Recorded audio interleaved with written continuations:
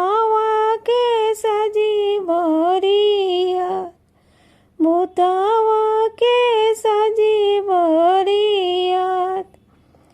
ऊँचे महल चढ़ुई सासुनी रे काली, गौरा के आइल बरियात, गौरा के आइल बरियात।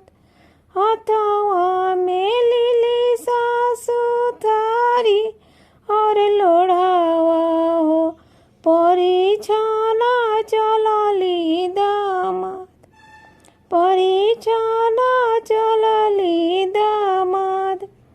अक्षत छिटकली सासु चंदन लगवाली हो, साँप छोड़ेला फुफुकार, सर्प छोड़ेला फुफुकार।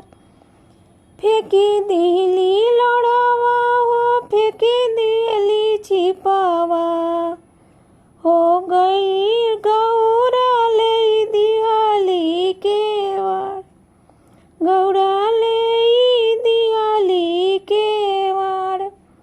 ऐसन बौरा बरसे गौरा ना बिया, भले गौरा रोई कुंवर, भले गौरा रोई है कुंवर।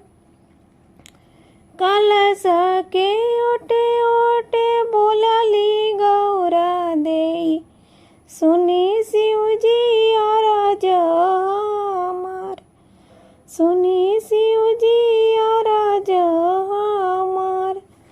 तनी साये शिवजी रूपावा बदलती, नैहर लोगपति आए, नैहर लोगपति आए। जटवा काटनी शिवजी दड़िया मुंडवानी हो, कइलियनी गंगा स्नान, कइलियनी गंगा स्नान। पियरे धोती शिवजी धारण कइनी हो, आई मड़वा भैनी खाड़, आई मड़वा भैनी खाड़। कहाँ गइली सासु, कहाँ गइली सरहज, अब रूप देखस हमार, अब रूप देखस हमार। घर में से निकालेली ससु सरहजिया हो, शिवाजी के देखी हरसाय, शिवाजी के देखी हरसाय।